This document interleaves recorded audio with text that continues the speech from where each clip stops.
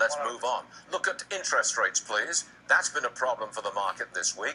Right now, we've got the yield on the 10-year Treasury at 2.27. I keep saying it. It's up from 2.13 on Monday of this week.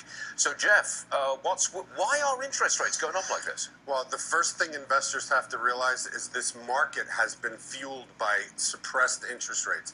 Interest rates are moving up in the anticipation that this stimulus policy is going to eventually end.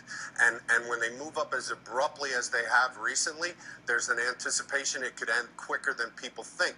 The reason it's important is because investors have to realize that higher interest rates are going to make it much more difficult for the market to move forward. The Fed's Janet Yellen said she expects no new financial crises in our lifetimes. Wait a second.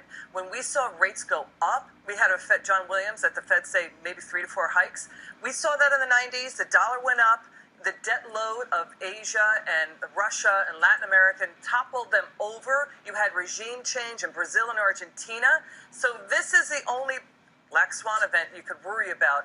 As interest rates go up, emerging market debt craters those economies, and you have possible regime change. I'm not saying it will happen. We've seen it happen before in the 90s. But you have very successfully moved us away from tweets, and that's very good. You're welcome. Well, can I also say something about what Janet Yellen said? I mean, for her to make that comment, it shows how delusional she is. For her to be able to see that far into the future, to say we'll never have a financial crisis, I think investors should be concerned that one of the most powerful people in the world is talking like that. She has no reason to speak that regularly. Okay. Big tech names, I really got to get to them because they hogged the market action for a couple of years. And